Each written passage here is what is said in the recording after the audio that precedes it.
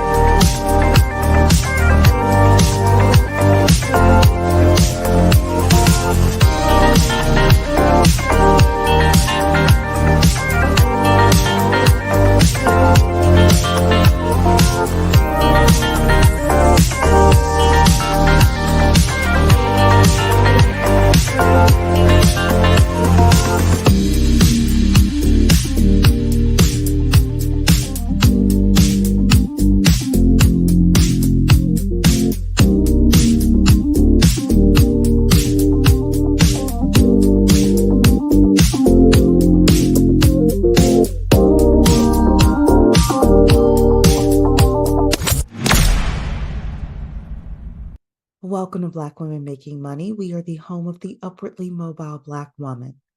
For exclusive content and invitations to our Inner Circle Zoom meetings, which happen on a monthly basis, you can sign up for free for our email newsletter at bwmakingmoney.com.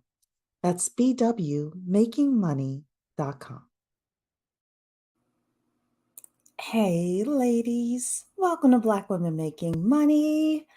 It's the politics show tonight. You all know that we focus on finances within this channel. However, politics do affect your finances, they affect your money.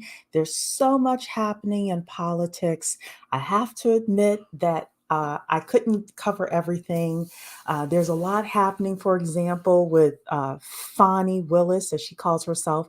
I call the lady Fanny because I had an aunt Fanny at one point. So Fanny Willis, trying to make herself. Oh my goodness, there's so much happening with regards to Biden and Trump rematch that nobody really asked for, but that's what we're getting. We've got the B1 people online talking about reparations or Couch 2024. We've got the migrant crisis that is still happening. People are, debating whether or not Trump is going to really be able to solve that problem. But as I told you before, I'm voting for Trump solely because of the migrant crisis. I had just a single issue voter in 2024. We have a lot happening with, oh my goodness, I had something else in my head as well with regards to politics. Just a lot happening. Just a lot happening. However, tonight I'm going to talk about three specific uh, political discussions or political events that happened, and they all affect upwardly mobile Black women. So Deanne is here saying she got home just in time. Well, welcome, Deanne. Haven't seen you in a while. I was thinking about you the other day as well. So we got to connect again offline because I saw the price of Bitcoin was going up, up, up, like you said. So, and that is not financial advice, anybody. That is not financial advice. Deanne and I just talked about crypto last year, and she had mentioned some things that were going to be happening in 2024. And I've been looking at the price of Bitcoin. So I want to let you know that. So tonight we're going to talk about three different uh, pieces of content that's happening out there that I just think is interesting. I think it's interesting for us as upwardly mobile Black women. Here, whether you are voting for Biden, you're voting for Trump, or you are sitting it out, if you're independent, if you're Republican, if you're Democrat, if you're conservative, if you're liberal, it doesn't really matter over here. We do not talk down to people with regards to whatever political affiliation you have. What we're looking for as upwardly mobile Black women is how can we win based on the policies that are going to be put in place? Um, Politics right now, you thought you could not trust politicians before, you really can't trust them now. They are swayed by a lot of different special interests now. Um, there are certain communities that's getting more assistance, more money. There's a lot of money going overseas right now for wars. And trust me, the defense contractors in the United States are making a pretty penny off of all of the money being sent overseas. Um, you know, the United States claim they quote unquote lose uh, weapons and stuff like that. I don't think stuff gets lost from the United States. That's my conspiracy theory. I think that I think they know exactly where everything is, and yet, things are the way that they are right now. I don't think Trump is any better than Biden per se, except I'm hoping that some of the bleeding stops with regard to the migrant crisis under Trump. And um, that's where I am right now. I believe personally that 90% of, I even said it before, 97% of what's wrong in Black America and the Black community is Black America's fault. It's not the white man's fault. It's not white supremacy's fault. It's not, any of these other things that we're blaming. It's our fault. And we have to look inside, and um, we have to repair what's happening within ourselves and within our own communities versus, oh, if I just give reparations, everything's going to be all right. If the white man does this, everything's going to be all right. I don't believe that. I don't believe that. So if you have a different opinion, that's perfectly fine on this channel. I'm just telling you what I believe, right? And I personally am not afraid of a Trump presidency the second time around. I'm just not. I'm not afraid of a Trump presidency the second time around. I was scared to death the first year he was in office. I've said this story before to you ladies. Every day for the first year he was in office, from the time he was elected to the first year in office, I was glued to MSNBC like my life depended on it.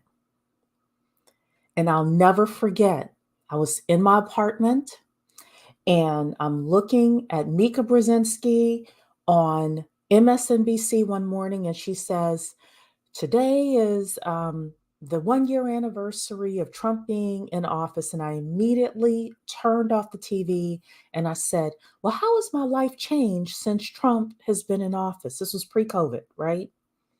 How's my life changed? And I was like, well, I'm making money still. I've got this apartment I really liked. Life is fine for me. So, after that, I turned off MSNBC. And the best thing that we can do, ladies, is to be observant when it comes to politics, but not let all of the political chatter take us off of our game and off of our goal. Because I assure you of one thing: if you do not like Trump and he gets back into office, That does not prevent you. Trump is not going to come down with an executive order saying coconut water cannot get her Google Tech certification. I assure you, Donald John Trump is not going to put an executive order saying no Black women can get a tech cert and no Black woman can get a $200,000 job and no Black woman can go on Tam's channel and figure out how she can make 200 grand a year. You know, it, it's not going to happen. Donald John Trump is not going to sign an executive order saying, Black man, you can't marry that Black woman that you impregnated. It's not going to happen. And of course, we know Biden isn't going to sign anything like that either, right?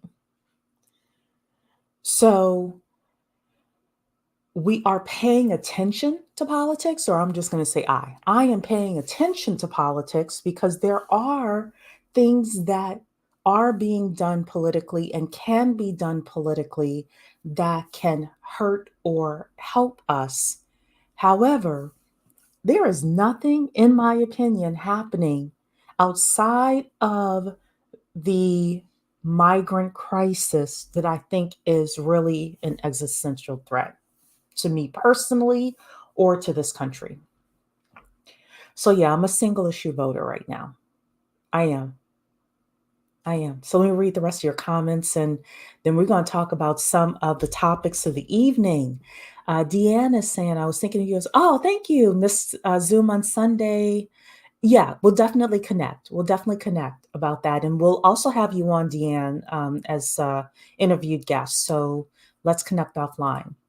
Tam is in the building saying the DOD money is looking right, y'all. I've been cloud watching Tam. I actually have to watch a lot of her replays because I don't get to hear her live. But Tam is over on her channel, Women in Linux, dropping major, major gems. Major gems. Now, I'm about to do a session at some point called Tech is for the New Working Class. Yes, and it was partially inspired by Tam, but I will tell you right now they are, when I say they, I'm putting that in quotes, are doing a lot of outreach now to Black and brown people saying, we want you to get into tech. We want you to get into tech. Here's a $50,000 job. Here's a $60,000 job. Tam just did a session where she showed in a lot of places $100,000 is the new working class in a lot of the cities that we live in. And we have to be curious that now they're opening up the door to tech, for Black and brown people. I need all of my ladies here as upwardly mobile Black women. If you're going to be in tech, you need to think chess, not checkers. You need to think 5 steps ahead. 5 steps ahead in the game, right? $100,000 is not enough. You need to be at 150, 200. So go see Tam if you want to get into tech. Go see Tam, figure out how to make that work for you, come up with your plan, etc. But yeah, we've got to be aware of that. True Mystique is in the building. Hello, my dear. And the other MJ is here as well. True Mystique is saying, yeah, because I need something to be done with my taxes. I got my first check. Oh, and you ticked off with those taxes. Yeah, girl, they will get you with those taxes.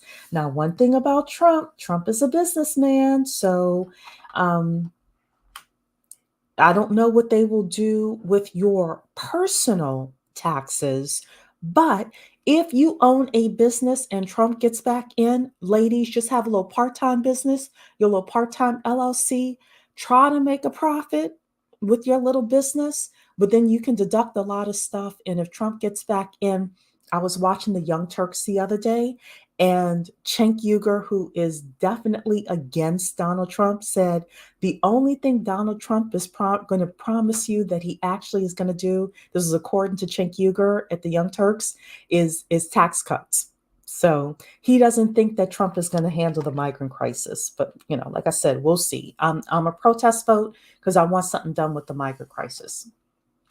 J. Antoinette is saying, agreed. Tiff is in the building. Coconut Water is saying, really? I thought it was all the whites' fault. Huh. According to some people on social media, it's all the white man's fault. True Mystique is saying, my issue with the migrant crisis and mass deportation, it so requires due process. How long would it take if, in theory, he was to mass deport? I'm sure it's not. Yeah, people who are here now, they probably just gonna get. They're probably gonna have to stay, right?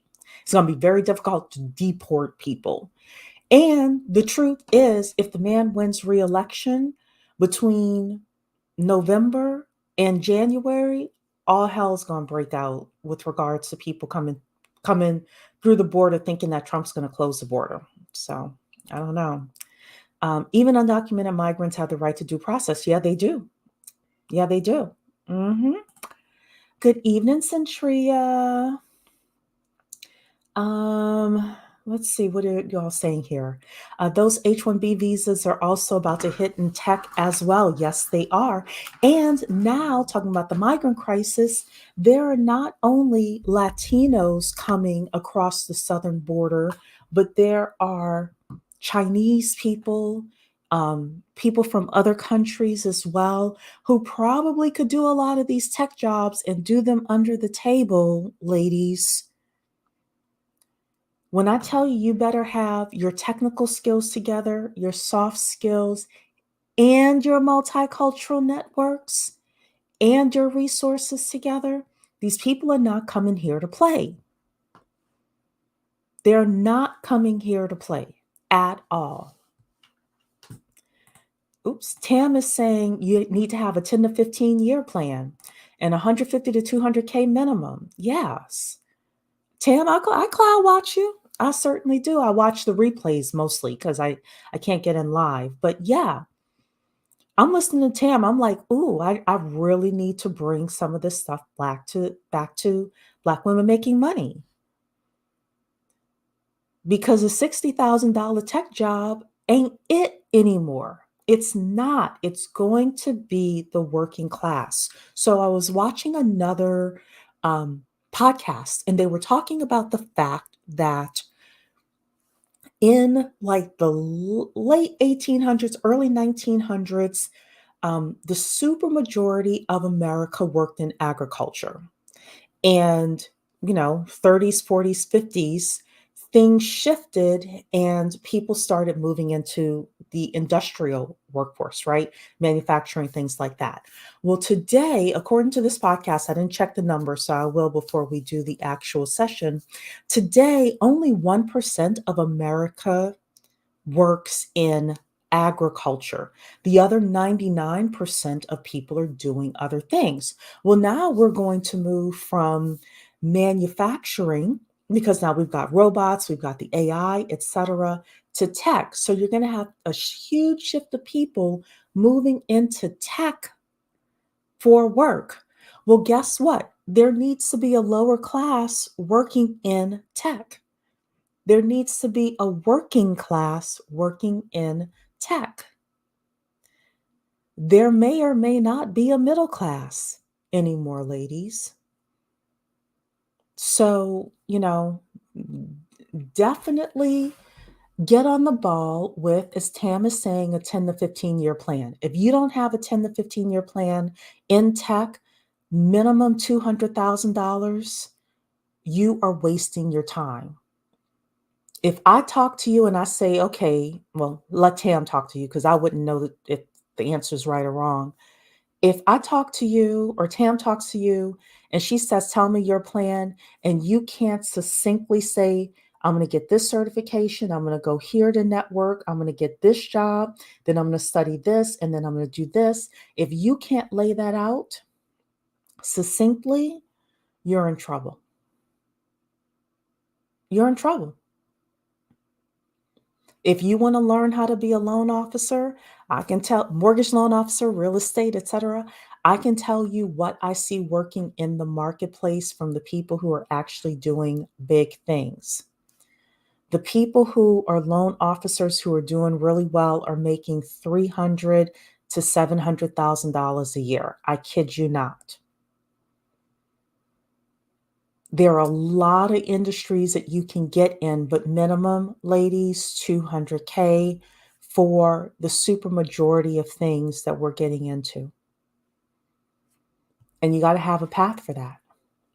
True Mystique is working on her certification. I hope, True Mystique, that we're going to get some more of that beautiful AI art. True Mystique is always also saying, and be mindful of the taxes. I need a tax respite. Oh my goodness. Um, I'm still not sold about him and the migrant crisis, but I can look. I totally understand your point of view when it comes to that.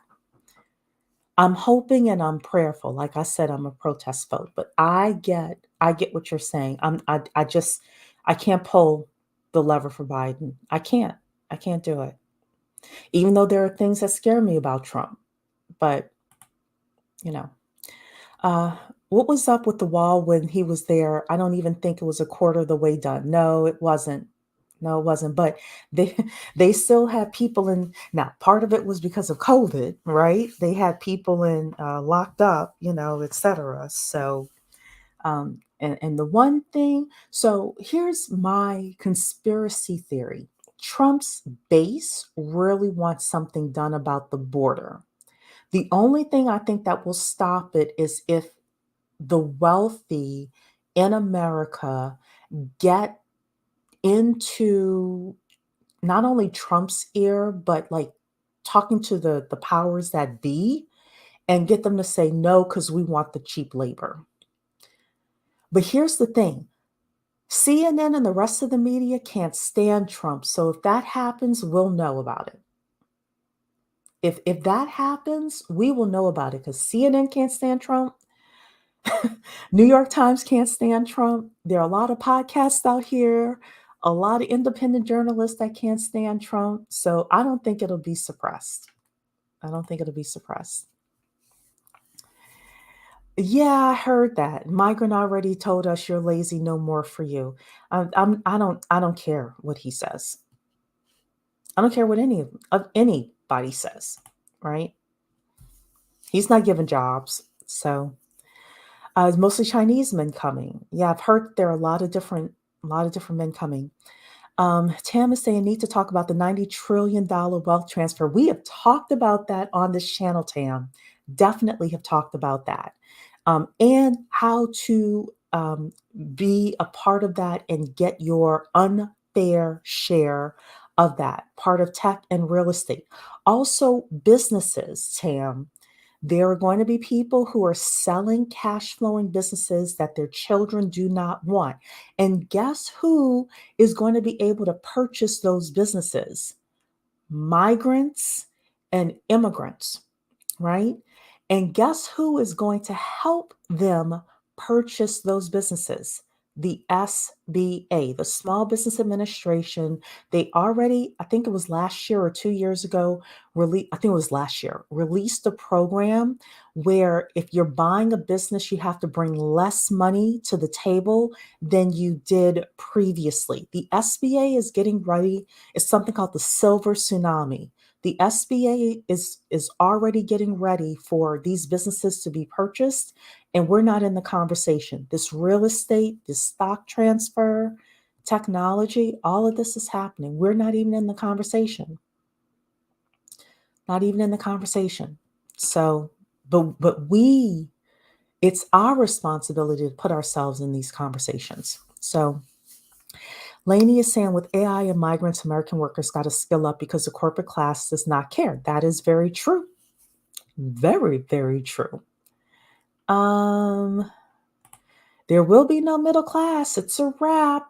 Yep, the have and have nots. And one of the things, I know we're going to talk about the Alabama IVF tonight, but I'm here to say now that having a child is either going to be for the rich or the poor. Just think about it. Having a child over the next Unless the United States does something policy wise, which I don't think they're going to do. Having a child is going to be for the rich or for the poor. If you are middle class, having a child is going to be very, very burdensome. There was a time when America really cared about the middle class. They don't anymore. They don't anymore. So if you want to have a baby, either you need to have it with enough resources where you could be rich and where you can make, um, where um, you can maneuver accordingly, or you're going to be poor and you're going to be living off the system. And there will come a point where the system is going to break because we don't have enough people to support American infrastructure long term. So, you doing your taxes this week, Centria? Good for you. I'm gonna wait till the very last minute.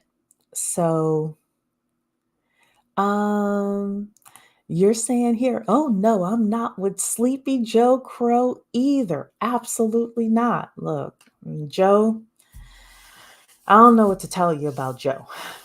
Um, except he is not looking good these days. However, that on its own is not the reason why I'm not voting for him, because the truth is the president is just a figurehead.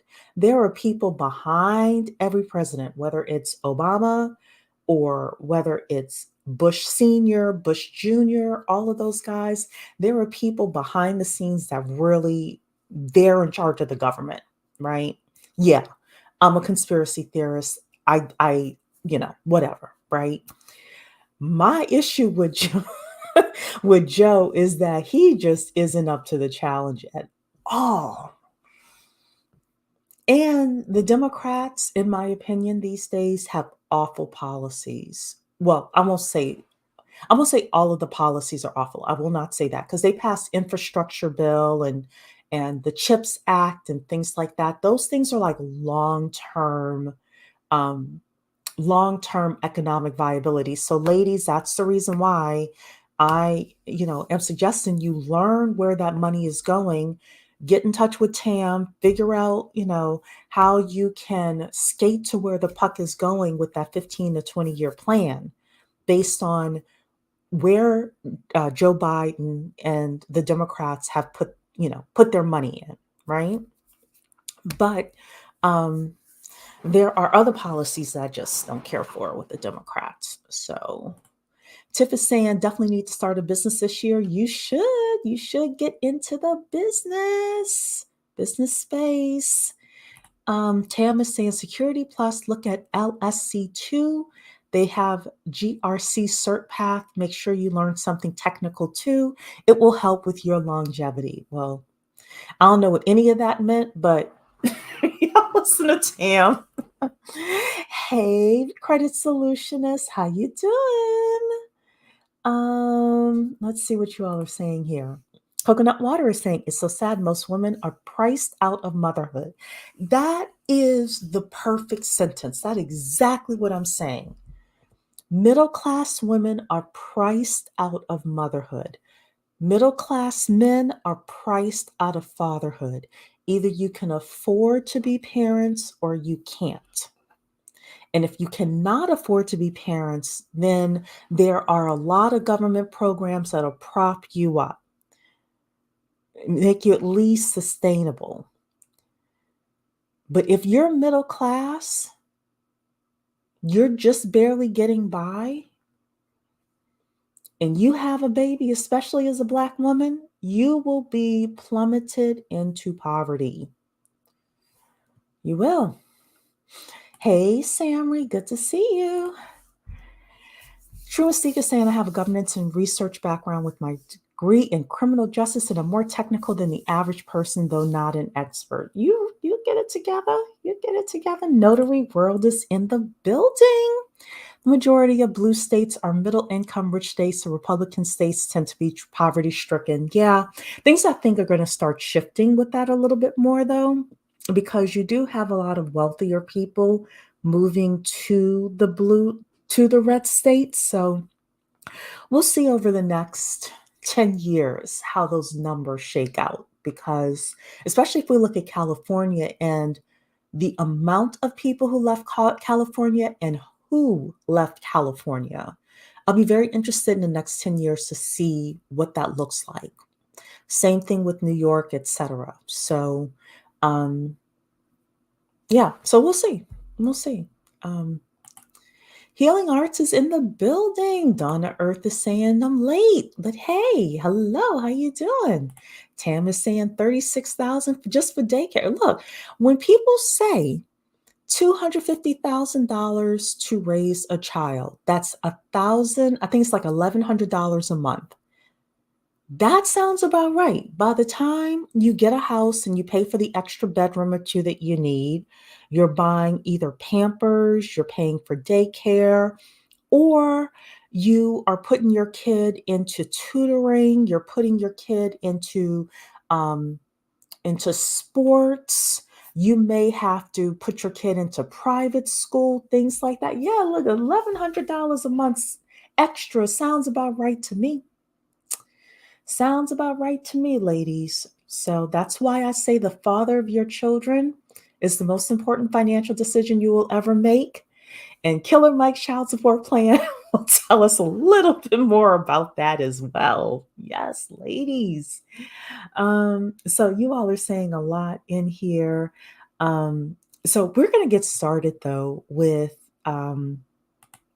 Trump at the conservative event. So Donald Trump decided he was going to go and talk to Black voters. And let us see a little bit of the news and see what Trump had to say to Black voters here. So,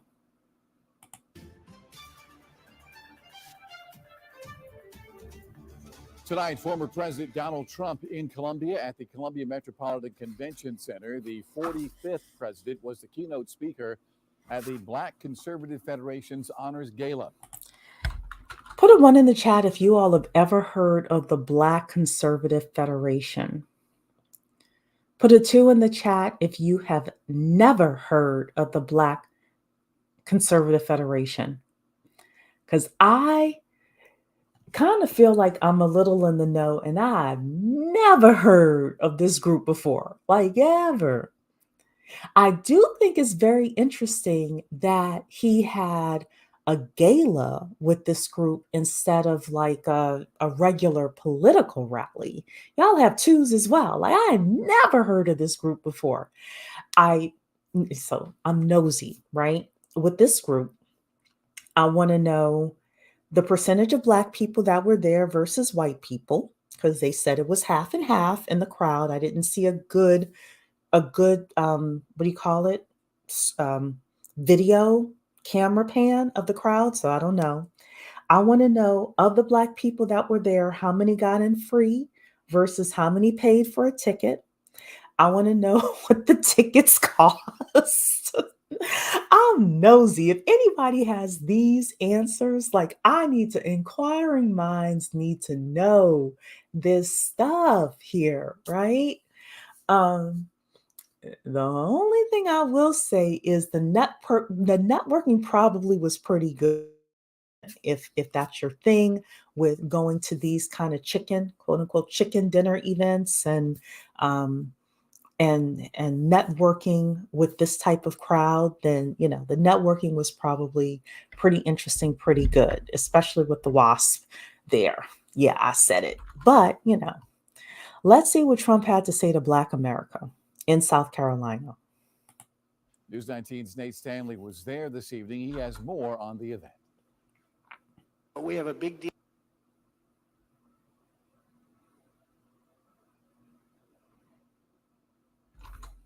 deal tomorrow, and it's so important that everybody get out and vote because we want to win by big margins, because the big day is November 5th.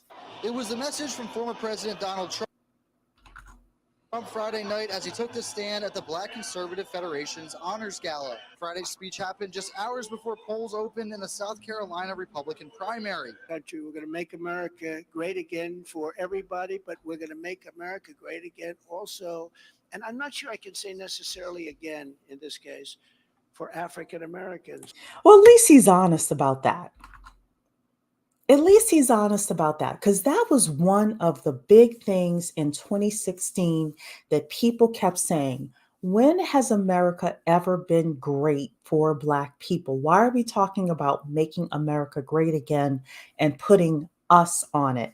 And we had individuals like Candace Owens and some of the other conservatives that were trying to push down our throat that the Jim Crow South in the 1930s, 40s, and 50s was a better time for Black America than today because our families were together. I never understood that. Part of the reason why I think that Candace Owens and the other Black conservatives, especially our social media Black conservatives, are so ineffective is because they just won't admit certain things just don't apply to us. MAGA saying, make America great again, take us back to the 1930s, 40s, and 50s, does not apply to American descendants of slaves. I mean, so at least he's acknowledging here, like, yeah, can't really say again because for African Americans, it doesn't make sense. At least we're having that as some sort of a discussion. Oh, no, no, no, Dave, I understand. I understand her market. Oh no, I get the grift. I get the market. I get the marketing. Absolutely. And good to see you, Diamond Dave, in here. Absolutely. I also understand. I also understand that Candace Owens and the social media conservatives are not truly here to convert Black America into the Republican Party. She makes it seem like she's here to convert, but she is not here to convert. She's not here to convert. They make hundreds of thousands a year. Candace probably makes millions of dollars a year pretending like she is here to convert Black people. She's not. She's not. So, yeah, she's only for herself. Yeah. Yeah. Now, does that mean everything she says is wrong? No, of course not. There are things that she says that's right. But she's definitely not here to convert Black people to the Republican Party, because the truth is, and I think I've said this before on this channel, if you're going to convert Black people to the Republican Party has to meet Black people halfway. When you have Tucker Carlson, when he was on Fox News, and Laura Ingraham and Bill O'Reilly and those individuals, Jesse Waters, etc., there is a form of quid pro quo where we give something and we get something. We give something and we get something, right? Sometimes the Fox News people are the conduit. Sometimes the grassroots of, the Republican Party are the conduit. But the Republicans understand for their base that they have to give something in order to get votes. With us, let's say that our conduit to Republicans is supposed to be Tim Scott and Candace Owens and Brandon Tatum and those individuals. Let me ask this. What have those individuals ever asked of Donald Trump on behalf of Black America? Nothing. I'm here to say nothing. I've never seen it. We saw a whole bunch of Black people sitting around at the White House. They've never asked for anything. They've never said, unless it's criminal justice reform. And y'all know how I feel about that. Like, make it stop. Can we get something else besides criminal justice reform? Cherie, well, the HBCUs were funded. Well, there's a whole lot of going back and forth gibberish about who really push the funding for the HBCUs. But a large economic push? No, no, no. But going back to Trump, at least he said, can't really say again for Black America. So, okay, let's see what else he said at this. We're going to make America great for all of our country. In 2016, Trump won South Carolina's primary with 32% of the vote on his way to the White House. According to USC's political science professor Chase Myers, the primary plays a key role in deciding who will be on the November ballot. South Carolina traditionally picks the Republican nominee. Again, going back to the 1980s. Okay, we don't need to know that. I wanted to see more of what he said. Let's see what this gentleman says here. Refreshing to see a lot of Black Republicans come together. Of course, I'm in the atmosphere most of the time. Of course, we're all Americans, but I'm predominantly around a lot of white conservatives, which is great, love them. But it's good to see like-minded folks, the same skin color, and it's not about skin color to me. Well, okay, hold on. Let's play this again, and I want to see the people in the background because I said I wanted to see who was there, right? Let's see. We're gonna listen to this again, but I want y'all to pay attention to the people in the background. So right now we've got Black people coming through the metal detector. Okay, let's watch people in the background. Paying attention. Okay. On the left hand side of the screen, all white people, right? All white people. Okay, let's keep going here. They're attending the party. See a lot of Black Republicans come together. Another white person there, another white person on the left hand side, another white person on the right hand side. Okay, all right. Of course, I'm in the atmosphere most of the time. Of course, we're all Americans, but I'm predominantly around a lot of white conservatives, which is great, love them. But it's good to see like-minded folks, the same skin color, and it's not. Okay, one Black person, one more white person here. All right, look. I like to look and see behind the person as well. Let's see what else is happening here. Who else is here? Well, what I'm hoping to actually is that it just continues to build the momentum that is necessary for us to make America great again. I hope that some people here will be persuaded that if they don't support him, that they'll realize that he's the best candidate. All right. So, True Mystique is saying Black Republicans want the most anti-Black people to be the face of the party, and I will not get down with it. I understand that. Definitely very much understand that. And I wish it weren't the case because, as you all know, I think that there are policies that the Republicans have that would benefit Black America. But the Republicans have to be honest about the racism in the Republican Party, just like there's racism in the Democratic Party. I believe Malcolm X when he talked about the white liberals and the Black and the white conservatives, and you have one group that's just very outward with their racism and one group that hides it, right? But again, you can't be a Candace Owens and convert people without like speaking about it honestly. So Republicans do not want pro-Black people at the forefront. That is true. That's why they full of crap. Now we're not rock with them. Okay. Like I said, I think that there are policies that are helpful for Black people. So I think some white conservatives show up to be sure that the Black Republicans, you did not say that.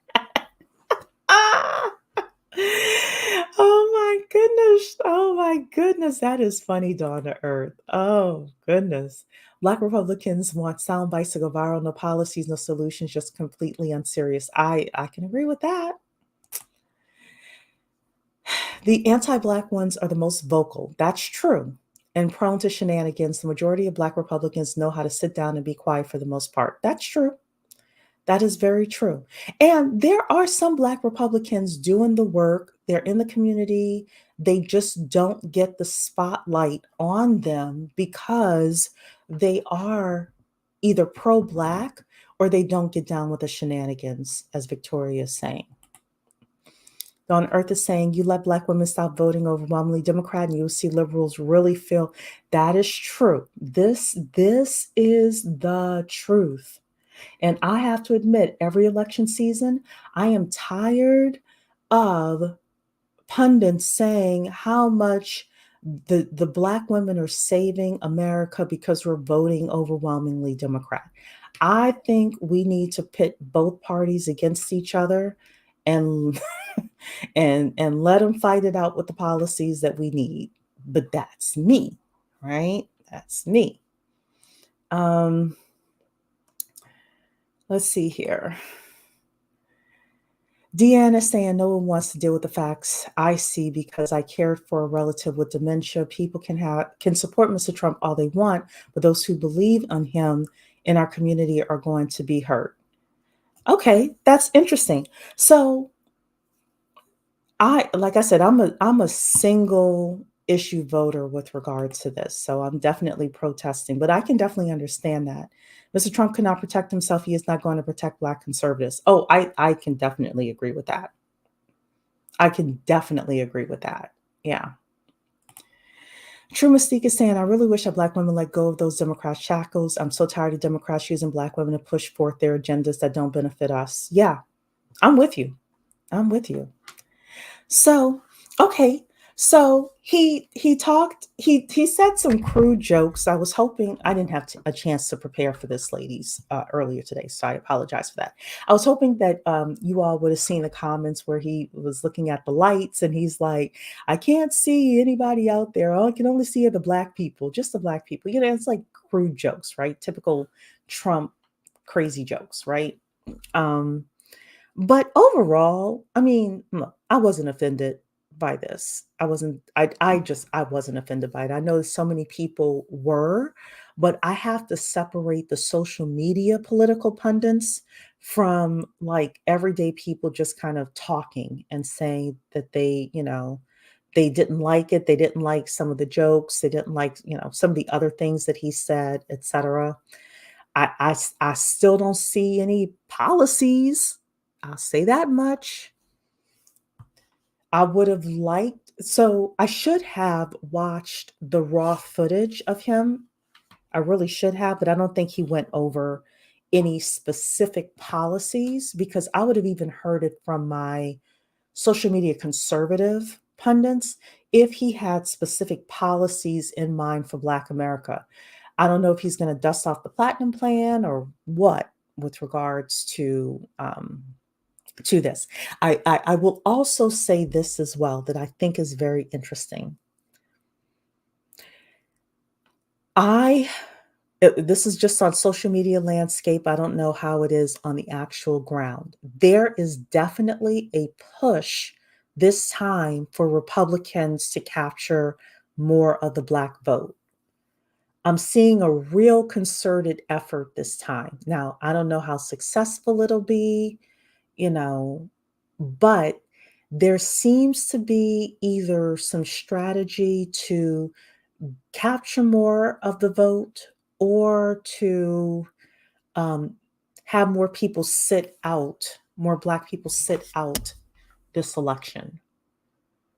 But you all can let me know what you think. I'm seeing a lot more activity with regards to Republicans, at least on social media, talking about Black people. Now, there was that idiot on Fox News that said that Trump had his sneaker line, and because Trump had a sneaker line, then Black people are going to vote for Trump because he has a line of sneakers out. Ladies, the sneaker line only had 1,000 pairs auctioned off. 1,000 pairs. The man got 75 million votes in the last election, and he only sold 1,000 pair of shoes. Like, no, we're not going to vote for somebody because because they they sold some tennis shoes. The other thing that conservatives think is that Black men are going to vote for, and even Trump thinks this, Black men and Black people are going to vote for him because of the 91 indictments. And we know how that feels because we've been unfairly, what do you call it, prosecuted, etc. So there's a lot of these things that are pure misses when it comes to Trump, the Republicans, and Black people. Then I'm with you there. But I think that if they had real Black people who would say, this is how you need to direct your comments to Black America, it would come with, you're going to have to agree to some policies. And I don't think the Republicans are there yet with wanting to do certain things. So Diamond Dave with the $5 super chat. Thank you, Diamond Dave, saying, I know a Black conservative in Atlanta Metro that did radio. He told me unless you let Anglos turn you into a mascot, conservative media will not have you. I absolutely believe this. I absolutely believe this. I have seen social media conservatives go, like they say everything that the specific Republicans want to hear. And the minute they say one thing that the audience doesn't like, they lose subscribers, they lose money, people stop viewing their videos, etc. So trust me, I 1,000% believe this very much. Let's see here. Jantoinette said, "Oh, I saw that clip and thought it was thought of that joke." Yeah. Not cooning, buffooning, or samboing for anybody. I can definitely agree with that. Trump's a comedian before he's a politician. He's an entertainer. He's an entertainer above anything. And that was partially why he won in 2016. That and Hillary Clinton wasn't necessarily the best candidate, He seemed more like he was pandering as much as Trump can pander anyways. Yeah, look, he's going to say what he needs to say in front of a specific audience, right? But I haven't seen any policies. Didn't he make some remark about a mugshot or something? And he said, who supported it? The Black people did. Yeah. This is why I don't like us. Every time we ask politicians about something, it's about criminal justice reform because we have pigeonholed ourselves. So Jay is saying there's definitely a push. She's also saying this election, the Black vote is going to be more of a deciding factor.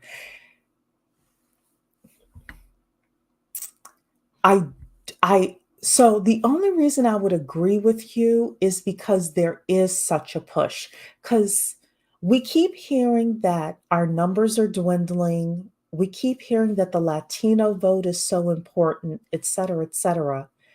And I know it's not just my algorithm. There's something in the air where there's a real push for the Black vote. There's a real push for Black turnout on the Democrat side. Charlemagne is very interesting. Now the Breakfast Club is having not only Democrats on, but conservatives on as well. There's just something in the air with this election right now. And the conservative movement where, you got Nikki Haley now going of all people. Nikki Haley is at the Breakfast Club. Vivek Ramaswamy is at the Breakfast Club. Pierce Morgan is at the Breakfast Club. Charlemagne is going around saying, yeah, Biden hasn't really done anything for Black people, but Trump is an existential threat and blah, blah, blah. There's something happening. There definitely is. Definitely something happening. Let's see here. You're saying here, I really believe Trump is going to be the next president. Today's decision is what might make Haley drop out. What happened today?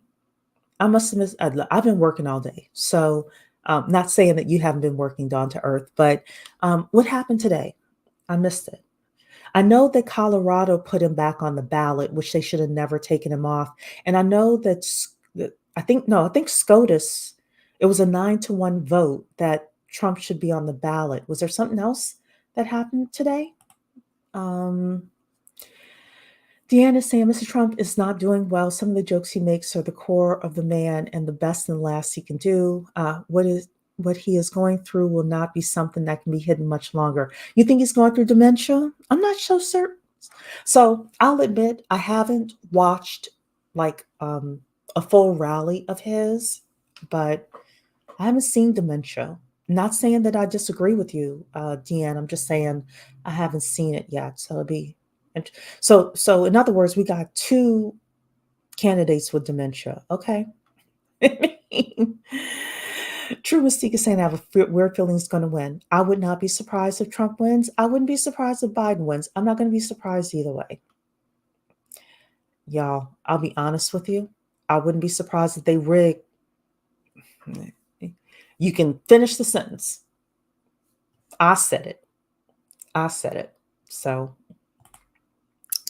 I think the Republicans are trying to capitalize on Black voters' dissatisfaction with the Biden and the Democrats. Absolutely. Absolutely. The Republicans are here to win. And the truth is, the Republicans do not win the popular vote. But Black people a lot of Black people live in Michigan, which I think is a swing state. Pennsylvania is definitely a swing state.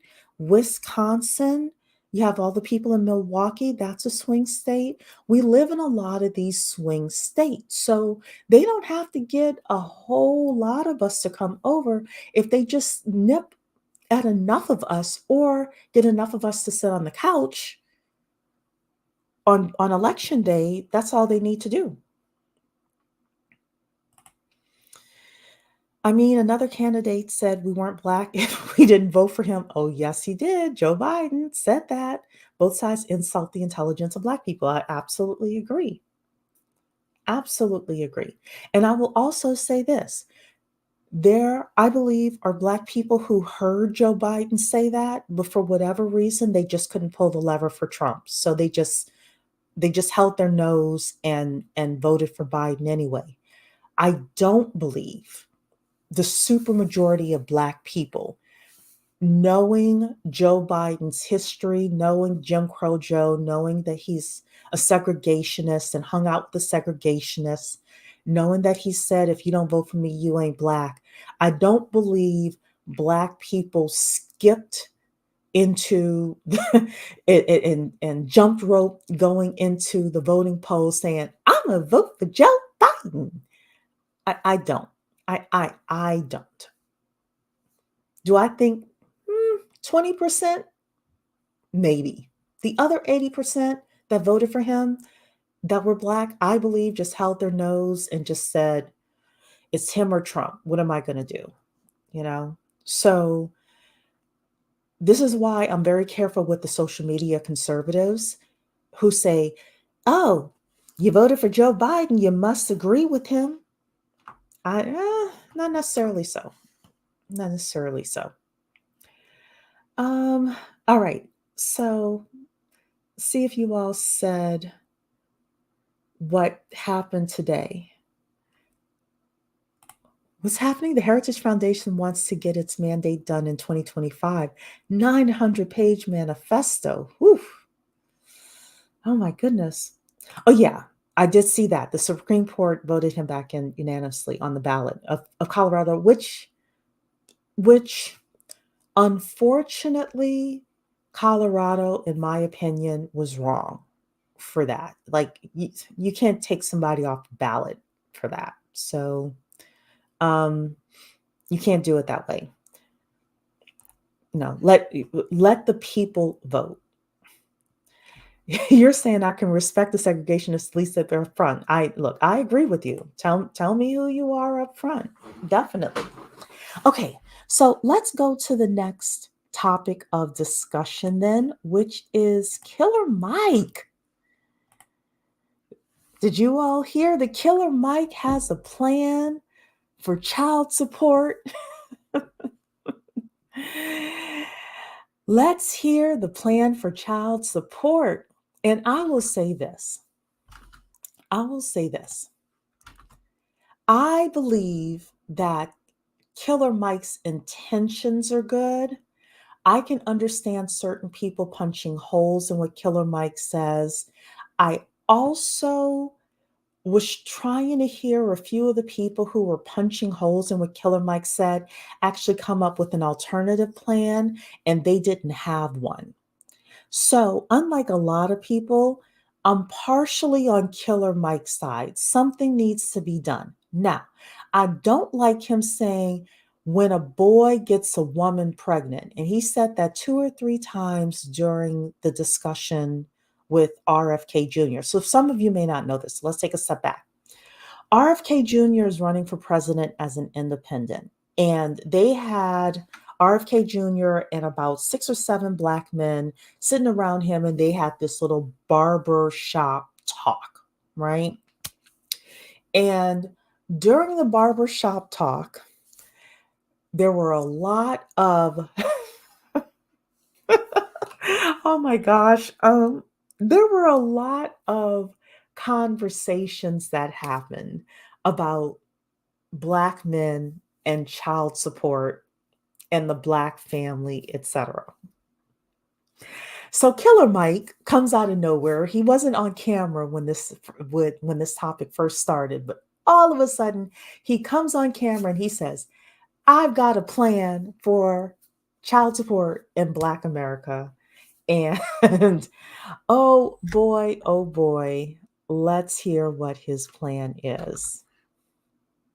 Pregnant as a teenager, young man and woman get pregnant. Oh, let's start all over again.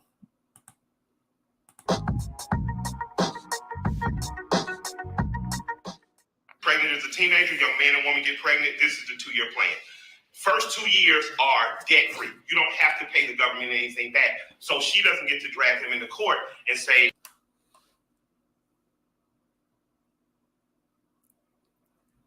I'm sorry, my internet is acting kind of weird this evening. and the court doesn't say you owe us money for investing in your child through food programs, through early Head Start programs, because in those 2 years, the boy has the option, or not an option, he has the demand of the co. Oh, my internet is acting crazy.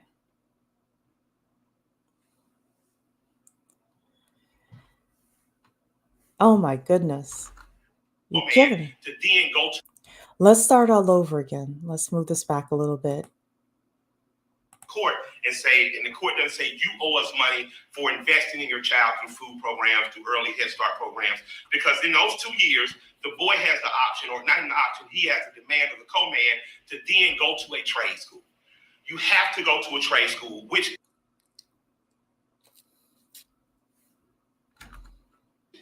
Okay.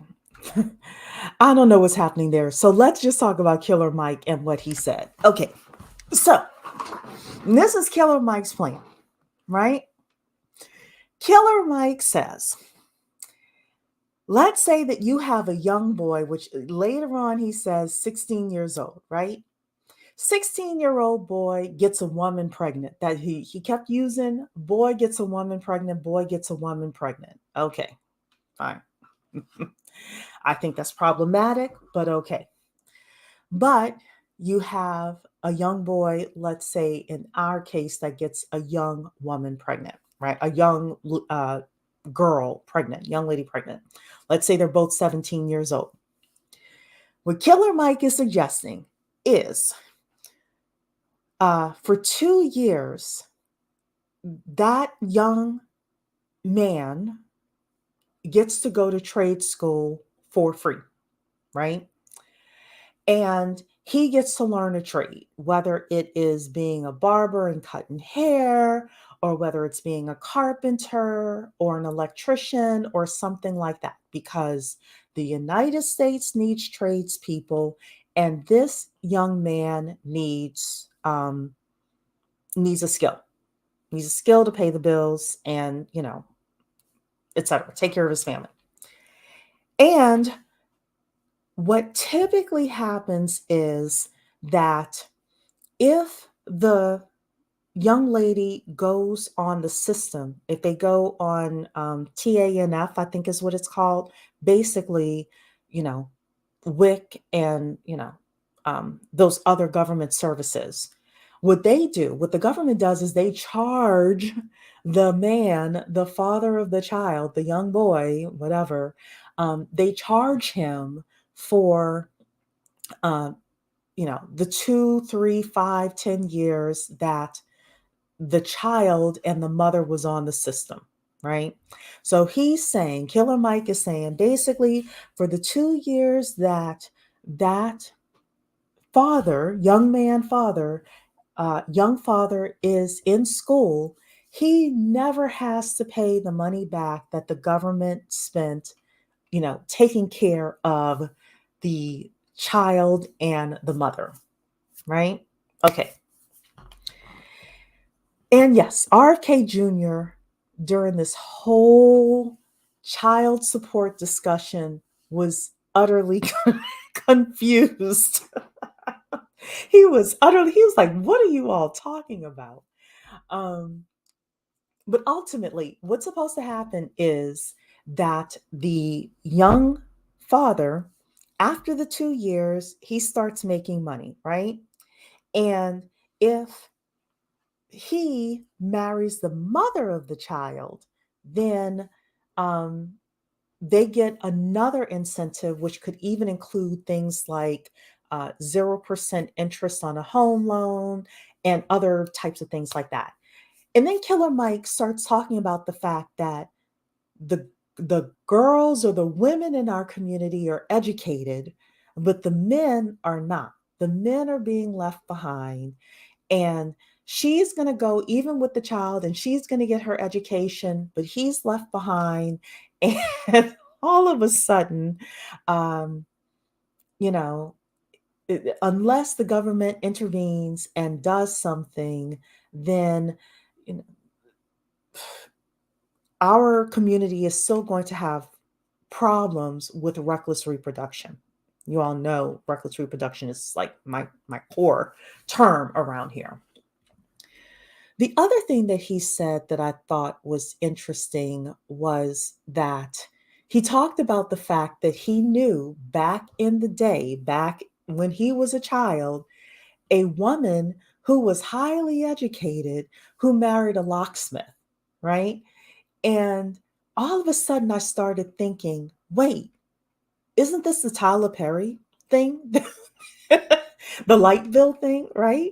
Isn't this the Tyler Perry thing that we've been talking about? We've been talking about women who are educated, and not that blue collar men are not worthy, right? But we have talked about the socioeconomic mismatch, right? Also, RFK Jr. mentioned the fact that he had to pay a lot of child support, but um, he was married, RFK Jr. was married to the mother of his children. And Killer Mike says, well, yeah, you can't really count that in the Black community because um, 70% plus of our children are born out of wedlock, and the father has to pay the very first day that the child is born.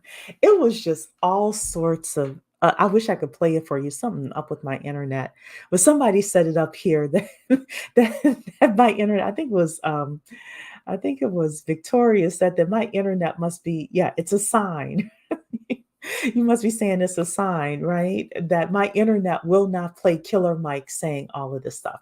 So, in defense of Killer Mike, I think the basis of what he's saying, at least he's trying to come up with something, whereas a lot of people are poking holes in what he's saying and they don't have an alternative solution. So I'm not going to totally crap on Killer Mike. I do think, however, that there is this fundamental issue of men talking to a gentleman who could be the president of the United States, definitely talking to somebody who is influential in politics, whose family is influential in politics. And we've gone from talking about criminal justice reform to talking about child support issues as being a big issue in the Black community. And all I can say is this is embarrassing. If Killer Mike had just come on and talked about, hey, we need to put the trades back in the high school, that would have been a better conversation and a more fruitful conversation than young man gets young woman pregnant, or young man gets young woman pregnant at 16, or it's really boy and a girl at 16.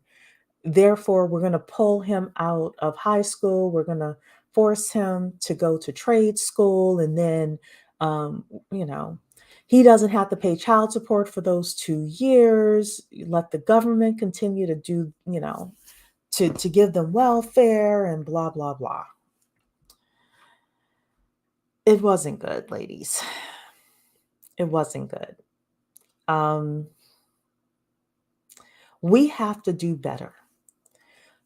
We have to do better at understanding that the most important financial decision you will ever make is who the father of your children is. And we have people who are making children that they cannot afford. And we have a community of people who don't really want to deal with the main issue. So that's Killer Mike's child support plan. Diamond Dave is in the building again, saying they have education programs like this for women with children plus low income. I knew women who got them when I was in Votech school in the early 2000s. Yeah, look, I believe that there are all sorts of education programs, and the young man doesn't have to get the young lady pregnant in order to participate in these programs. They don't. I remember back in the day, Diamond Dave, you may be old enough to remember this as well, when there would be huge campaigns around, like, just say no to drugs, for example. I know that that's not the best example, Nancy Reagan in the 80s, right? They had the Got Milk campaign. The government finds money for anything that they want to find money for. Where is the Votech school campaign? And it can't be on TV. It needs to be on social media. It needs to be talked about through influencers. You know, it, let me gather my thoughts and come back to that. But we need to figure out a better way to ask for what we're looking for. Because now we're going to go from criminal justice to child support being our main issues. And anytime a politician comes to our community, they're going to be talking about criminal justice or child support. Diamond Dave is also saying, in my opinion, an entitlement because a person has a child or got someone pregnant is a bad policy. Emergency should only be an exception. I agree with that. How about the young man gets to go to Votech school or gets to go to trade school just because, right? Just because. And here's my thing. I'm okay with free trade school for young men below a certain income level or whose parents are below a certain income level, right? Like, if you're like, look, if your household makes $50,000 or less, you get free trade school. You can go be a carpenter, you can go be an electrician, HVAC person, etc. I'm cool with that. That would have been a better policy for Killer Mike to push. That would have been a much better policy. So you're saying here the boy has the option? Yeah, not the girl. The girl is going to be riddled with debt because, or the woman, right? Because he said a boy and a woman, boy and a woman. she's going to be riddled with debt, and he gets the option to, to go to school. And somebody else brought up a good point. That doesn't stop him from having more children during those 2 years, having more children with other women. So there were holes in his policy or in his thought process, but why is a boy having sex? Good question. Killer Mike's message should be guard your seed and your womb so you aren't responsible for a child before your time. Trade school is fine, but what about STEM? Look, I can agree with that. He mentioned trade school, and I kind of understood why he mentioned trade school, because he's like, it will solve an American problem as well as a problem with the you know the young men, right? I'm going to make a comment here that may sound kind of mean on the earth, but we've talked about this before. I worry about the literacy rates for a lot of the people that Killer Mike is talking about. I think that Themis brought up a great suggestion that they should have options, right? Of like, outside of trade school, what else would you want to do? Um, I think if they can do STEM, that's fine. But we've had this conversation about the literacy rates in the Black community. I think it's like 36% of Black people can read above a sixth grade level or an eighth grade level or something like that. Our numbers are not very good. So, Tiff is saying, so he gets to level up. What did the woman get? They aren't marrying the woman. Yeah. Yeah. Nia is in the building saying child support is the only shred of accountability they legally have to face for being deadbeats and recklessly impregnating women. Yeah. They aren't actually embarrassed. Yeah. I mean, it's not good. It's not good. So now I'm concerned now that you're going to get in front, like Trump is going to get in front of a group of Black men, and he's going to be talking half the time about child support. This isn't good. And then we wonder why we have the reputation that we have. Dan is saying, this is why I'm single and child free, not dealing with boy mindset from boys older than me. And you're 43. Look, I get it. I get it totally. But then these are the same people that complain that society looks down on them. I agree. I absolutely agree. This is who you're showing the world to be. You can't be mad that society looks down on you if this is who you're showing yourself to be. Tiff is saying, who's leaving them behind? Can he walk? Does he have a free will? Or you're saying people leaving? Oh, it must have something. Left behind? No, sir. You decided not to come along. Victoria is saying, I guess after Killer Mike's genius plan to keep us wrapped up in the government. Yeah, it is, unfortunately. Now, I am for free trade school. If your family, your mother, your father is below a certain income level, free trade school for you. Like, I have no problem. I would rather say free trade school for you if you don't get a woman pregnant. How about that child support plan? No children here. Free trade school for you if you don't get a woman pregnant, right? And Lainey is right. The average child support payment is $450 a month. I think Themis showed $441 a month earlier today. This is embarrassing. It is embarrassing. So here's the thing, True Mystique, is government incentives to do the right thing. Whether it's Black people, white people, any group of people, government will push the behavior that they want through incentives and will dissuade the behavior that they don't want through imprisonment, things like that. So, but yeah, they want government incentives to do the right thing. Yes, they do. Yes, they do. RFK asks, how can you make a man go to school? And it was crickets. Yes. It was.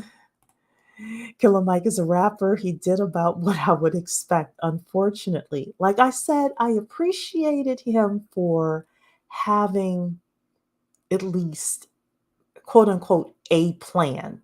And people are ripping apart the plan and they don't have an alternative.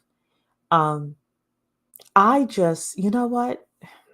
I'm embarrassed to say this, but I see the Million Man March, the next one being about child support. Like some of this stuff, like you all are saying in the chat, all of a sudden people are going to be looking down on Black men again.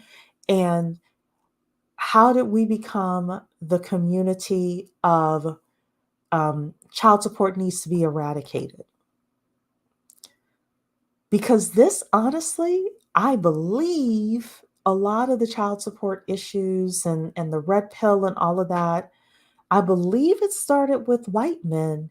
And all of a sudden it comes to Black men and it's not good. It's not a good look. And J. Antoinette is right. And no woman has to get pregnant and involve innocent children. I agree with this as well. Protect your own womb at all cost. Your womb is your womb. This is the biggest thing. Do not let any man get you pregnant unless, in my opinion, I've said this to you ladies before, unless you are married to him, number one, unless he has a career, not just a job, but a career, number two, and number three, you could still foot the bill if anything happens to him. And anything happening to him may not be that he leaves you and skirts out of child support, even though that's harder if he has a career and he's still working up the corporate ladder. Um, he could pass away. Anything could happen. He could lose his job, for no fault of his own, etc. So it's a dangerous place to be in. If you are an unskilled mother, you are extremely vulnerable. Extremely, extremely vulnerable. So, you all have a lot of comments in here. I can't read them all. So, we're going to get to our last topic of the day. I'm sorry, I can't read everybody's comments here, but we're going to go to the final thing here, which is Alabama. Alabama. So, did you all hear for ladies that want to have families? You may want to, you may not be able to have them naturally. You may choose to go through IVF. Well, there's a lot of things happening within the different states these days with regards to um, Roe v. Wade being overturned, and the states now have states' rights. And last week or 2 weeks ago, the Alabama State Court said that an embryo that's in an IVF center is considered a child.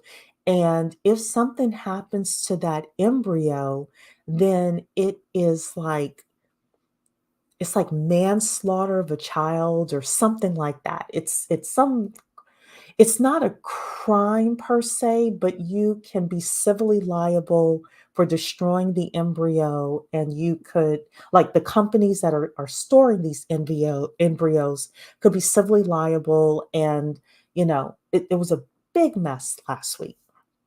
Wow. And you're saying, yeah, the IVF situation is wild. Yes, it is. Yes, it is. So here's the thing.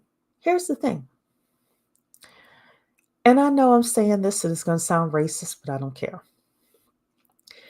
The IVF issue is mostly a white women's issue.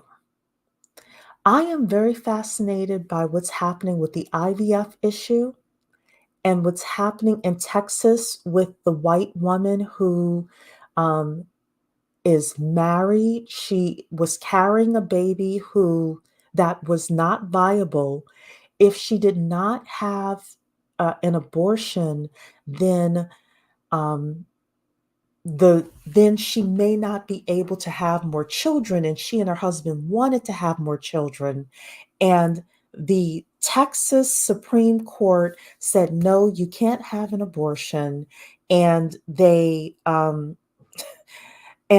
forced this woman to like go to another state in order to get this taken care of. I'm like, ladies, and we're saying this is Black women, but let's be honest, the Black maternal death rate is the only death rate that does not go down based on your economics. Meaning that if you are wealthy, you have just as much of a chance of dying given childbirth than if you are poor as a Black woman, right? If these legislators who claim that they want more white women having children, if they aren't protecting the white women who want to have children, there is no chance for us, right? So this whole IVF thing is like, wow, this is super interesting. And I'm saying this is a woman who can no longer have children. If you are fertile, God bless you, God help you. I hope you have the resources especially if you live in these southeastern states. I hope you have the resources to have a healthy baby if you choose to, or if things don't work out, that you have the resources to get it taken care of. Because let me tell you, um, things are looking a little crazy around here. Donna Earth is saying, I don't know, Cherie. I know a lot of Black women who use or have used IVF. Yeah, no, I'm not saying that they don't. I'm not saying that there aren't a lot of Black women who have not gone through IVF. But what I am saying is, if we're probably to look at it statistically per capita, a lot more white women go through IVF. Or my understanding is gay, homosexual partners do it more than from what I would believe, Black partners per capita do. That's what I was trying to say. So let's watch this here with regards to IVF here, because apparently Alabama is changing its mind about the embryo ruling. Let's see this here. Alabama lawmakers feeling the pressure to resolve the deepening fallout from the recent state Supreme Court ruling that upended in vitro fertilization. This potentially could be a roadmap for other states to restrict access to IVF, or a roadmap on how to protect access to IVF and family building. Please use your voice. Hundreds of patients, providers, and their supporters fighting to restore IVF in Alabama rallied in front of the State House Wednesday before meeting with legislators.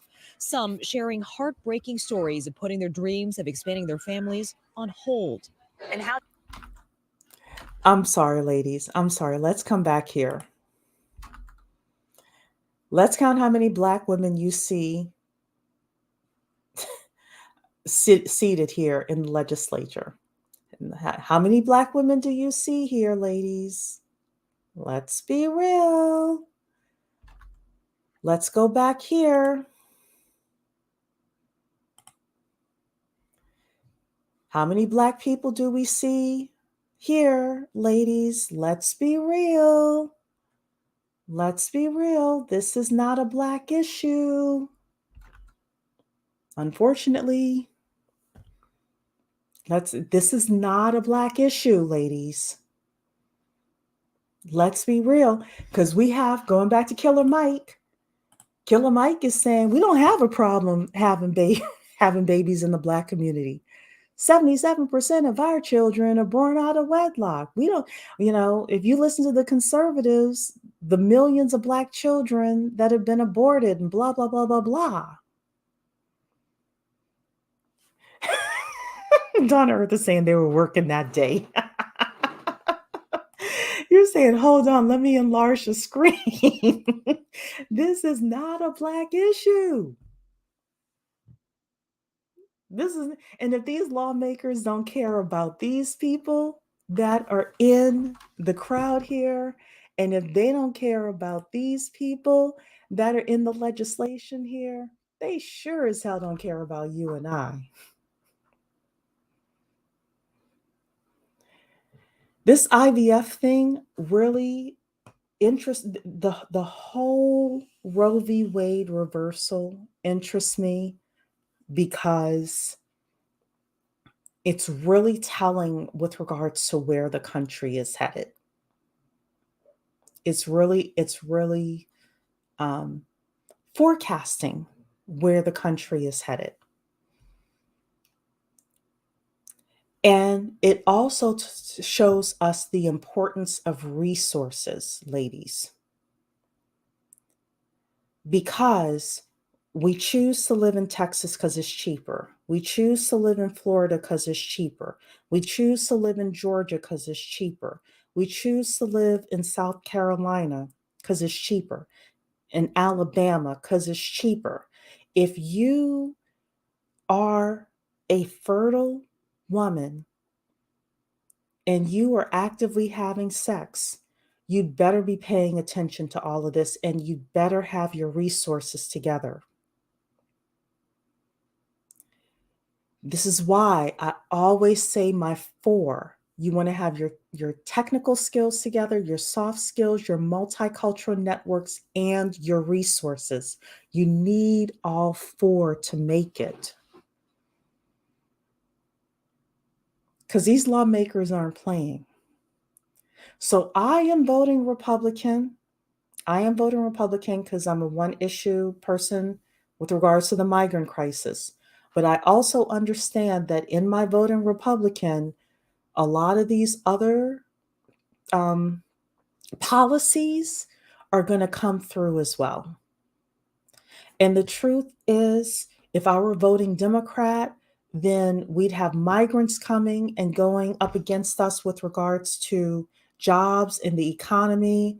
But, there may be other things that are saved or protected. That's why on this channel, I don't sway one way or the other. We have to be real about these things. So let's keep watching here. Their dreams of expanding their families on hold.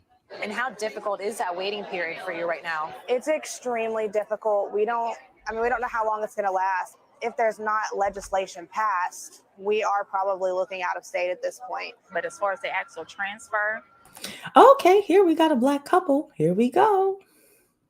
That part has been canceled, unfortunately, until all of this can be figured out. But Republican-sponsored bills advanced through committee hearings Wednesday.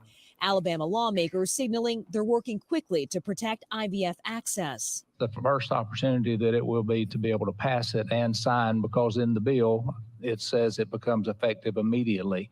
That could happen as soon as next Wednesday. The backlash in Alabama becoming a national conversation on reproductive freedoms. Senator Tammy Duckworth, who conceived 2 children through IVF, tried to expand IVF protections at the federal level, but Senate Republicans blocked the bill Wednesday. Having a child through IVF is a wonderful thing. It is not a crime, and it should not be punished. And back here in Alabama, the Attorney General's office said they would not prosecute IVF families or providers. Meanwhile, taking a closer look at a new Axios Ipsos poll, roughly 2/3 of Americans say they oppose recent Alabama ruling. And in another key finding, 1 in 3 Americans say they've gone through IVF or know someone who has. All right, ladies. All right. So that's what's happening with the IVF thing. I want to go through one more thing. And that is the Crown Act and this Texas court case with this young man. Have you all heard of this case here? let me see here.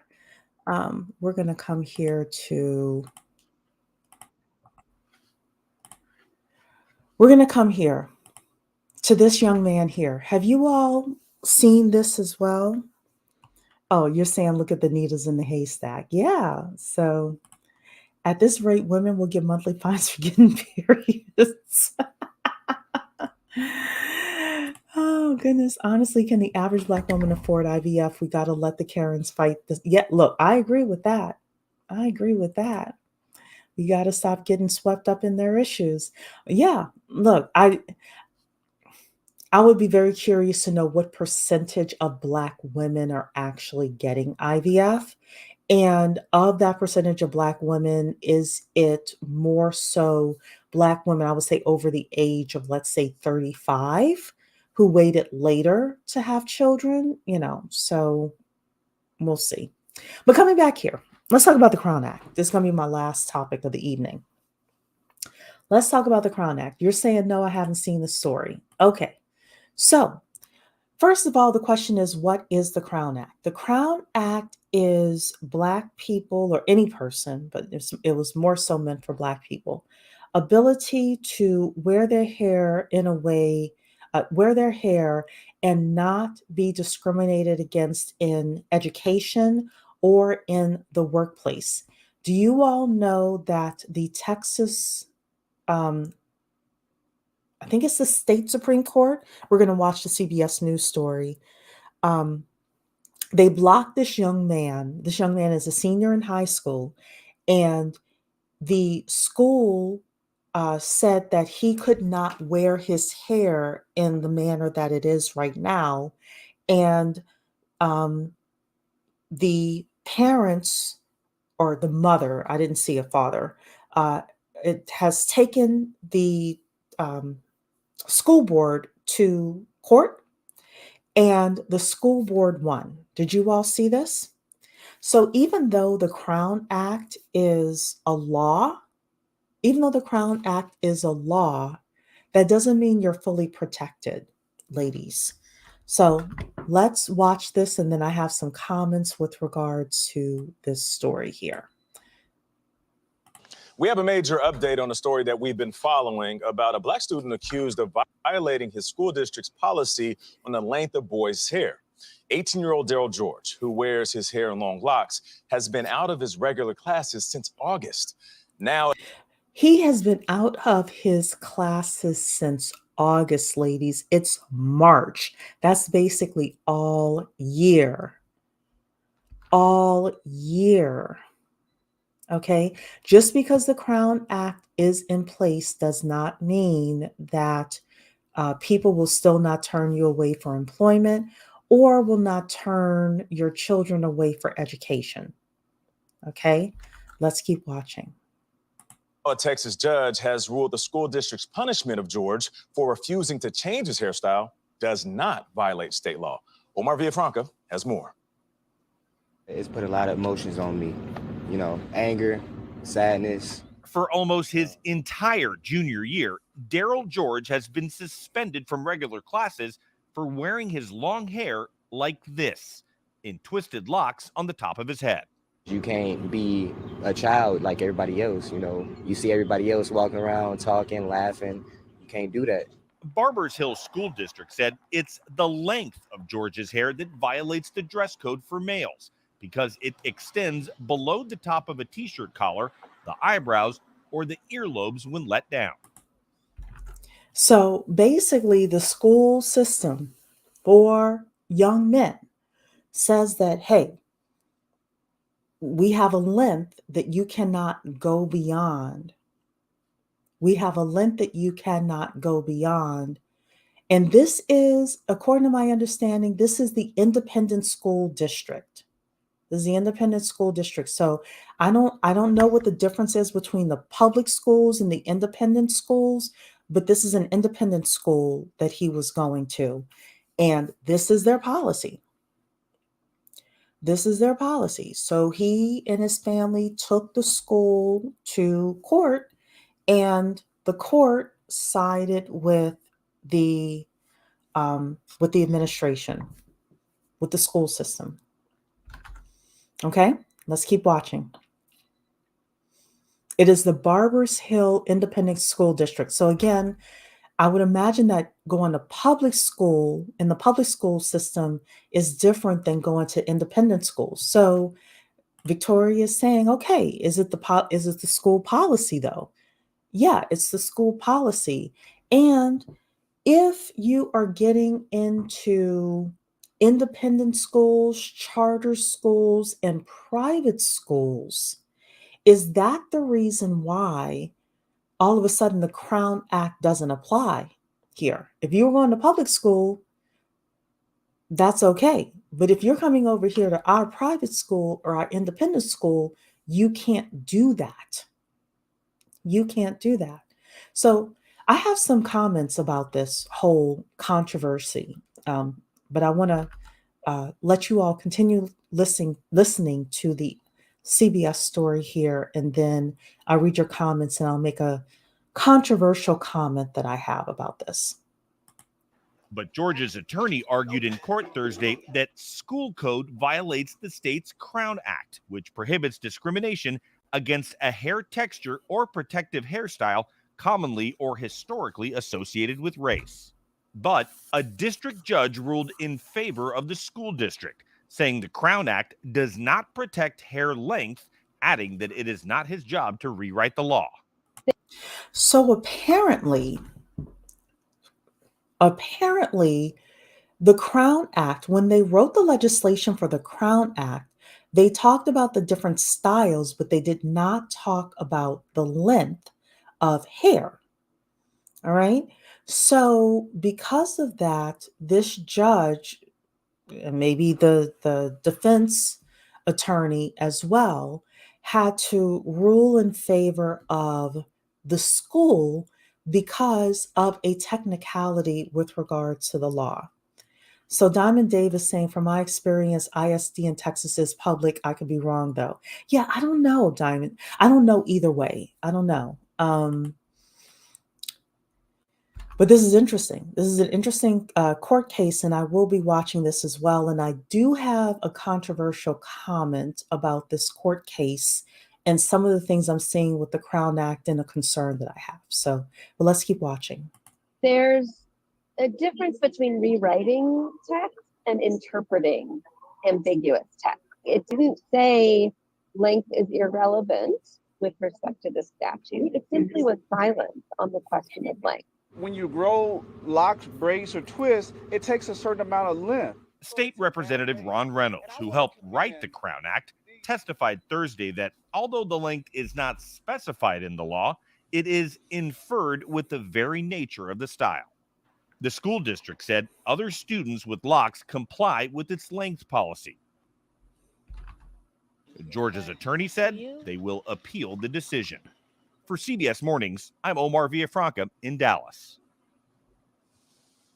It's so interesting that piece would air after your piece where people say, look at all the progress we've made. But here in 2024, that is still an issue. All right, Gail. All right.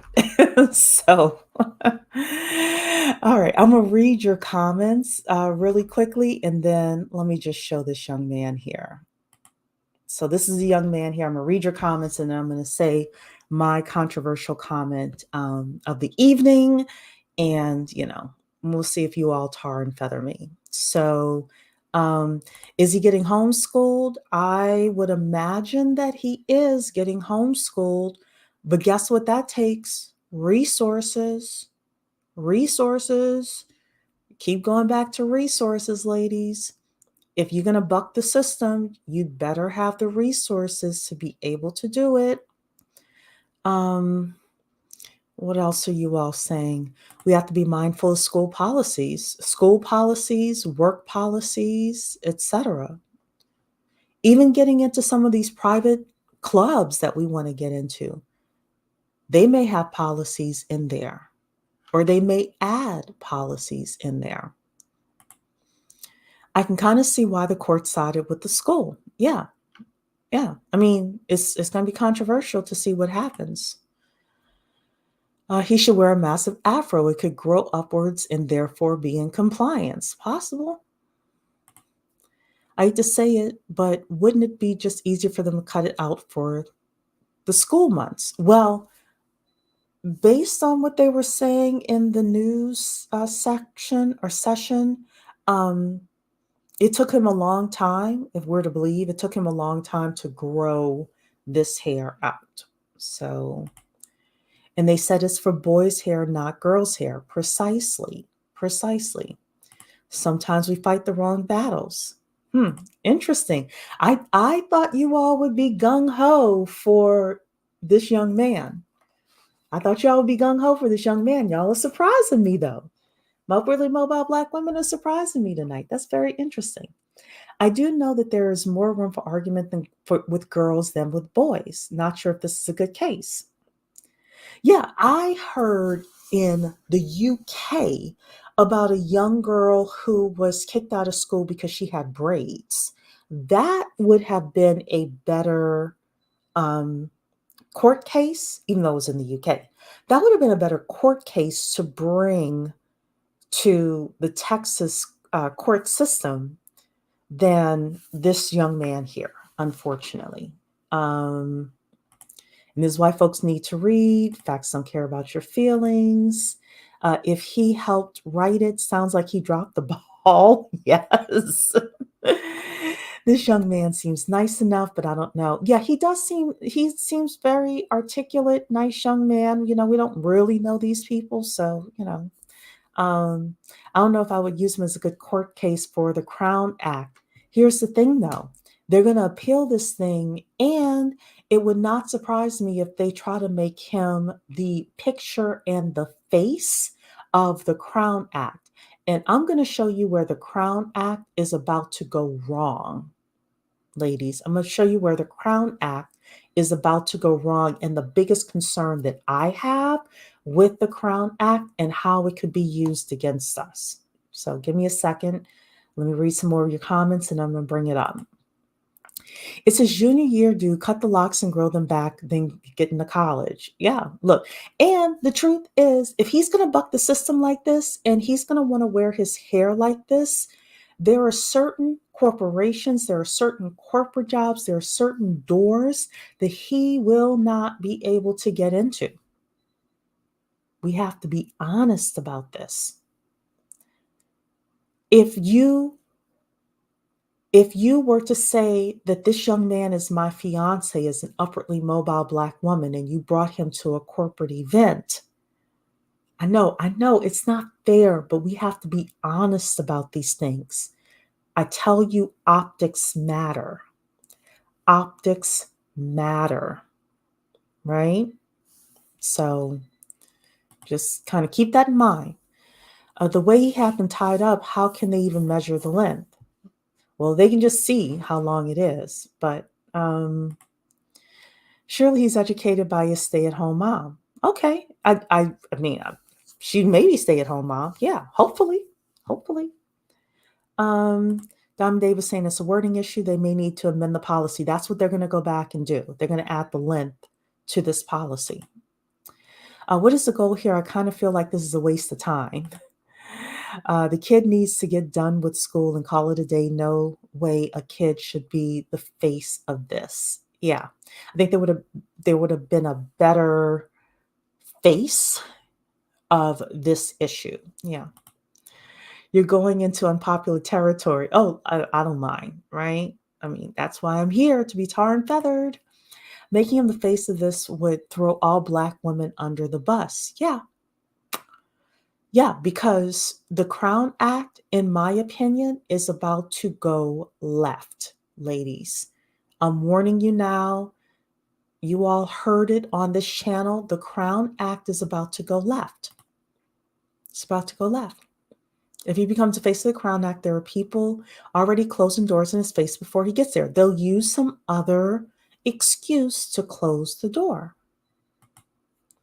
Deanna saying, my heart is with this young man, but I hear my father saying, I sent you to school to get an education. You can do what you want when you are grown. We are cutting it. Yeah. So let me show you, ladies, let me show you what my main concern is. I'm going to go to images and I am going to look up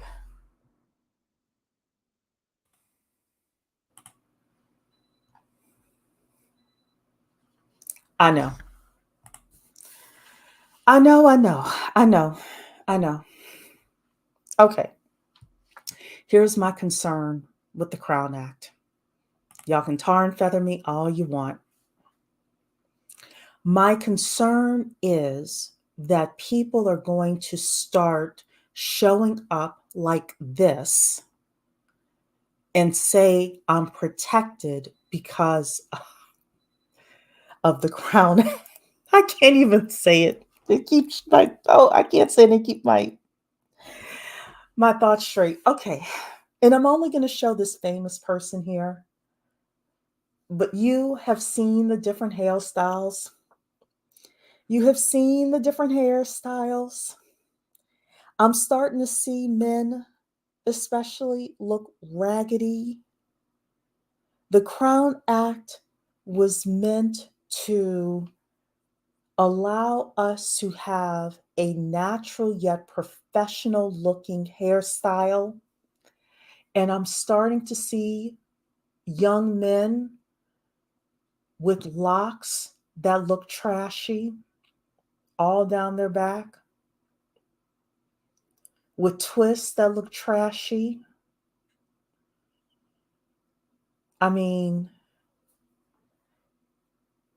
at some point, and I'm not saying this young man is Jay-Z, obviously, but at some point, there's going to be somebody that is going to try to say, my hair looks like this. I don't care. Crown Act. I know. It's not fair. I'm going to warn you about the Crown Act right now. I think it's going to blow up in our faces. I am here to say to anybody who listens to me, the Crown Act is about to blow up in our faces. And I am going to be sexist and say it's more so the men than the women that I'm seeing. Be prepared, ladies, with the famous four that I have. If you have an ethnic name, you all know I say this to you all the time.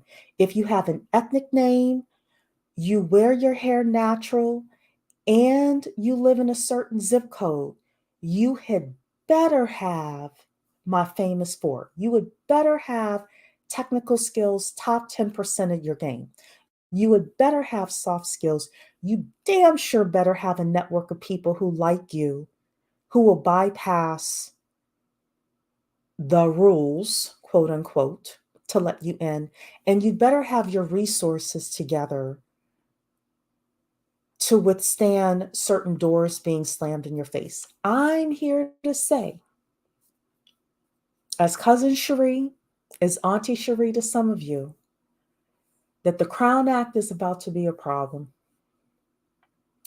It's about to be a problem in middle school.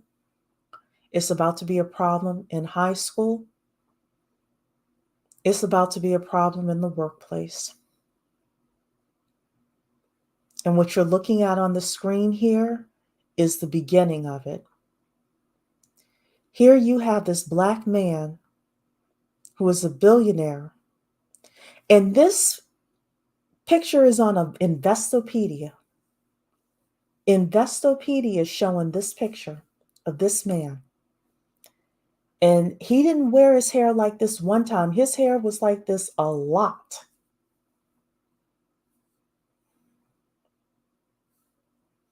This is not good. This is not good. If you have natural hair, I suggest you get your multicultural networks together.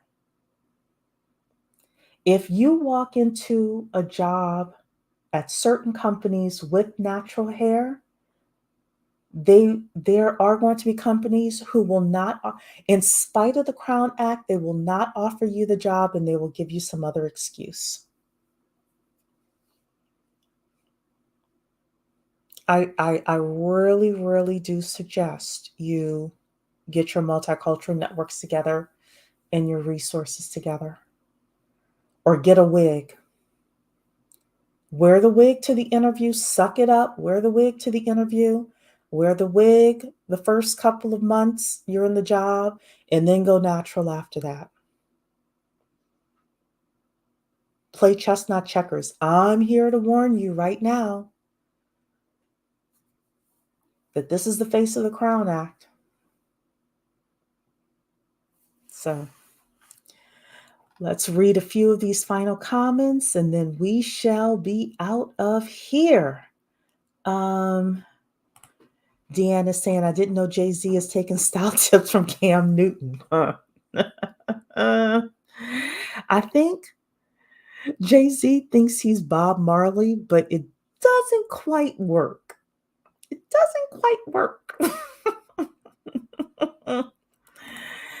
Jay Antoinette saying, is a lock wearer myself, not on my watch. Jay Antoinette, you better get your multicultural networks together because they will need to amend the Crown Act because it's about to be the Clown Act. Yeah. It's not good. And I've been thinking about this for the past couple of months now. But this story with this young man, and they didn't say that he was growing his hair out for religious reasons. So I guess he just wants it for style. Okay. All right. That's hair of a man who wants to answer to no one. Yeah. Now, because of who his wife is and, his deal with the NFL and all of that, okay. Let me tell you this, Jay-Z answers to somebody. They allow him to wear his hair like this, right? But the everyday young man on the street, young lady on the street, this is about to be a problem. Cherie is saying it. March 4th, 2024, the Crown Act is about to be a problem for us. Credit Solutions is saying, I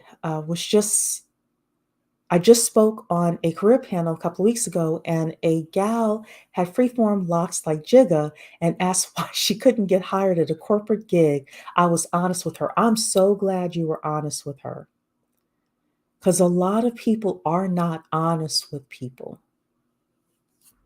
They're not.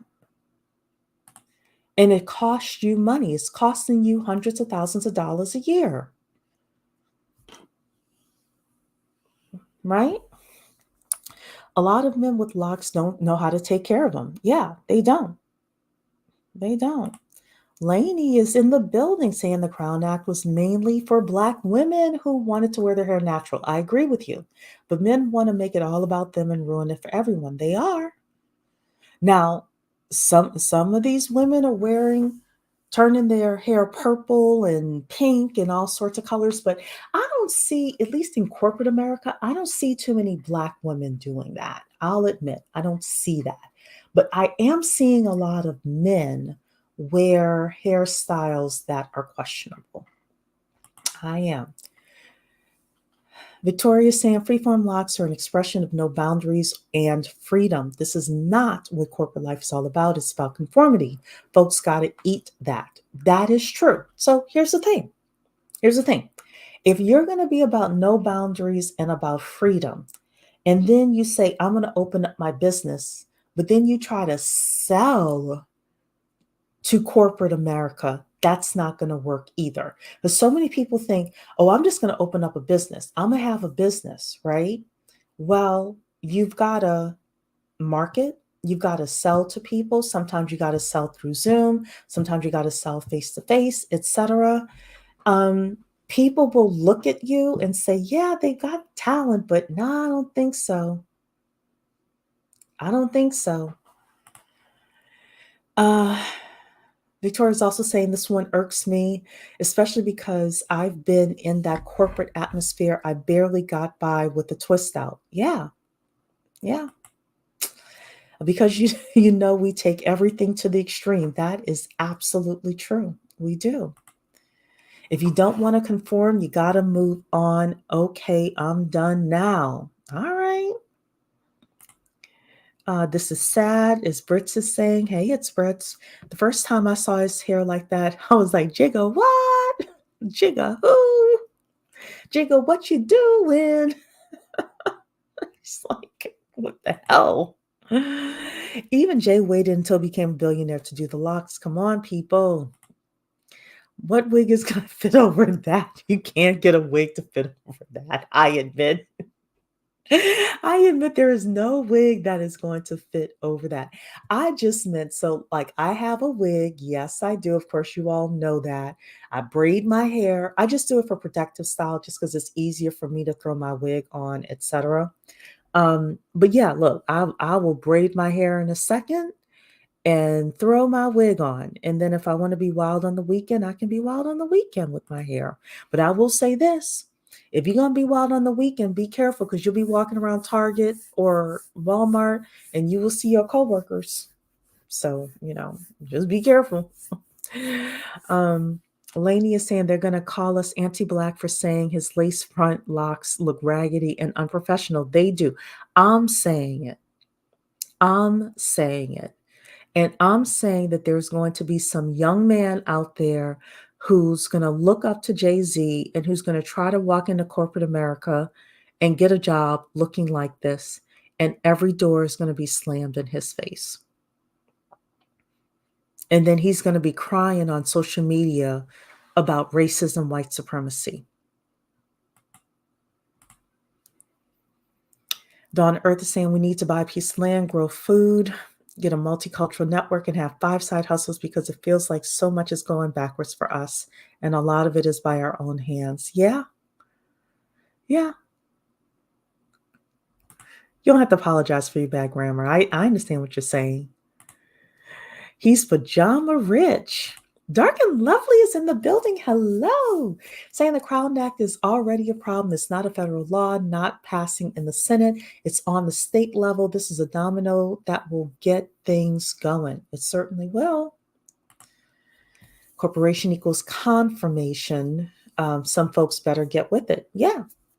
It's the truth. It's the truth. Deanna is saying the problem is that people do not have the discipline to manage the freedom they have. The Crown Act was not meant to be used for a mess. This is true. This is true. All right, ladies, that is the show for the evening. Thank you so much for being here to talk about politics with me. I wasn't sure if I'll be able to make it tonight, but I did. Work has been crazy for me, but life is good. So I hope you all are, doing well for the rest of the week. My week, I might try to come on another time this week because I got more stuff to talk with you about, but we will see. I got to play it day by day with regards to my schedule. So bye, ladies. Hope you have a great week. Take care. Like the video on your way out.